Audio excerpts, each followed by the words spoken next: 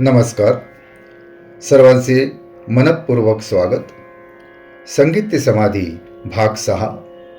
लेखक ब्रह्मलीन योगीराज मनोहर हरकरे. सर्व भारतीय शास्त्रांचे आधारशास्त्र म्हणजे योगशास्त्र होय. सांख्य दर्शनानुसार सारी सृष्टी पंचमहाभूतांच्या क्रमागत आविष्काराने उत्पन्न झाली आहे. प्रत्येक सृष्ट वस्तूत, मग ती सजीव असो की निर्जीव असो, पंचमहाभूतांचा आविष्कार असतो.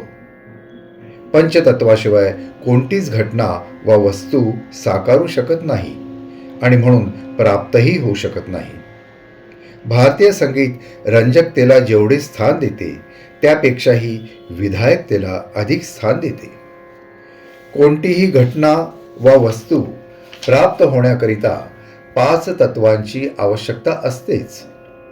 गायन केल्यावर घटना प्राप्त झाल्याच पाहिजेत. वस्तू ही सुद्धा एक घटनाच आहे.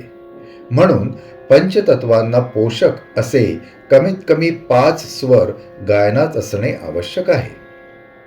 त्याशिवाय राग रागिण्यांद्वारे घटना प्राप्ती होऊ शकणार नाही. हे महान तत्व भारतीय संगीतकारांनी पूर्वीच जाणून ठेवले होते व त्यानुसार त्यांनी राग रागिण्यांची घटना प्राप्तीनुसार प्रकृती तयार केली. केवळ स्वरसंगीती म्हणजे राग रागिण्या नव्हेत. कोणतेही स्वर एकामागे एक जुळवावे व स्वर वैचित्र्यातून राग रागिण्या उत्पन्न कराव्यात असा स्वभाव भारतीय संगीतशास्त्राचा नाही. आजच्या भारतीय संगीतात मात्र हे धोरण व धारणा नाही. आजचे गायक अनवट राग तयार करण्यात व गाण्यात धन्यता मानतात. मग त्यांनी केलेला किंवा गायलेला राग भारतीय संगीतशास्त्राच्या वरील प्रकारे घटना प्राप्ती संकेतानुसार आहे की नाही याचा कदाचित ते विचार करत नाहीत. स्वरामागे स्वर लावून स्वर वैचित्र्य उत्पन्न करावे व राग निर्माण करावा अशी आधुनिक संगीतकारांची प्रवृत्ती दिसते. पण असे करताना राग निर्मितीचे मागे घटना प्राप्तीचे एक महान तत्व गोवले आहे याचे कदाचित त्यांना भान राहत नाही आणि साहजिकच आहे.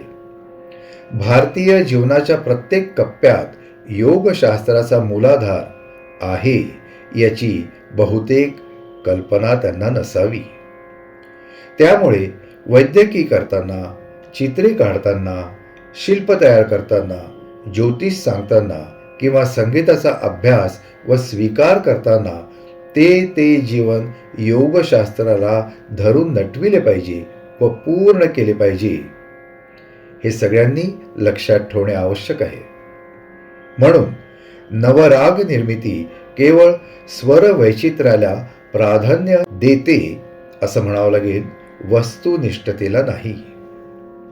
आपल्याला कोणती घटना पाहिजे यावर राग रागिण्यांची रचना अवलंबून असते. असल्या घटना प्राप्तीच्या धोरणाने राग रागिण्या तयार केल्या जायला पाहिजेत. पूर्वी तशा त्या असत. सातांचे वर स्वर नाहीत, पण घटना अनेक असू शकतात. या धोरणाने घटना प्राप्ती होण्याकरिता योगशास्त्रानुसार पंचतत्वांचे पोषक असे कमीत कमी 5 स्वर असणे आवश्यक आहे. रागामध्ये 5 स्वर असणे आवश्यक आहे.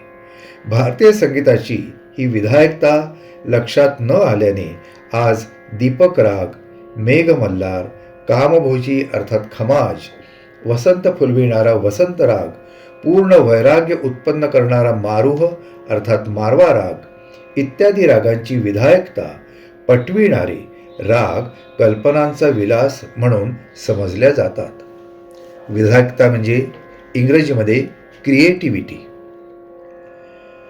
ज्यांना त्यात तत्वतः शक्यता वाटते त्यांनाही त्याचे नीट गायन न करता आल्याने एवं फलश्रुती पदरी न पडल्याने काल्पनिकतेत अधिकच भर पडते.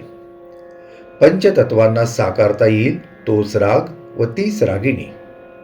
राग या शब्दामध्येच चित्ताची वृत्ती आहे. पंचतत्वे हा चित्ताचा विषय असल्याने पंचतत्वांच्या योग्य मिलनाशिवाय घटनाप्राप्तीच होणार नाही.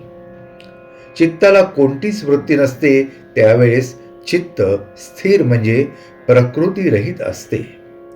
ही निर्विकल्प अवस्था होय.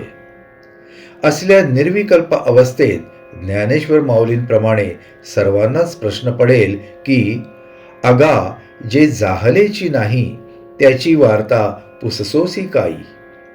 असल्या निर्विकल्प अवस्थेत घटनाप्राप्ती नसते. घटनाप्राप्ती सविकल्प, सविचार व सविकार अवस्थेत होते. असल्या सविकार अवस्थेलाच राग असं म्हणतात. रागासह त्याची रागिणीही आलीच. राग रागिण्यांची रूपात्मक वर्णने व त्यातून लाभणारी घटनाफले या कल्पना नसून एक वैज्ञानिक सत्य आहे. ते विज्ञान आम्हाला माहीत असणे आवश्यक आहे. कल्पना म्हणजे शास्त्र नव्हे. अनुभूती वर त्यावर आधारित बुद्धिचापल्य यातून शास्त्र उत्पन्न होत असते.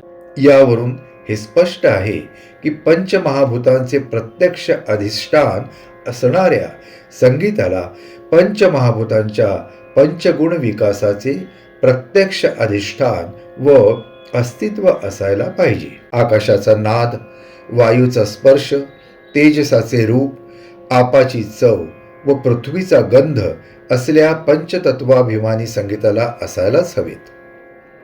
पंचतत्वांचा आविष्कार करणारे गायन गायल्याबरोबर प्रत्यक्ष घटनाप्राप्ती झालीच पाहिजे हे यावरून सिद्ध होते. संगीताची ही विधायकता भारतीय संगीतकारांना माहिती होती. त्यानुसार त्यांनी आपल्या संगीतशास्त्राची रचना कशी केली याचा विचार होणे आवश्यक आहे. आजच्या भागात एवढंच. पुन्हा भेटूया पुढच्या भागात. नमस्कार. जो भजे हरि को सदा तो ही परम पद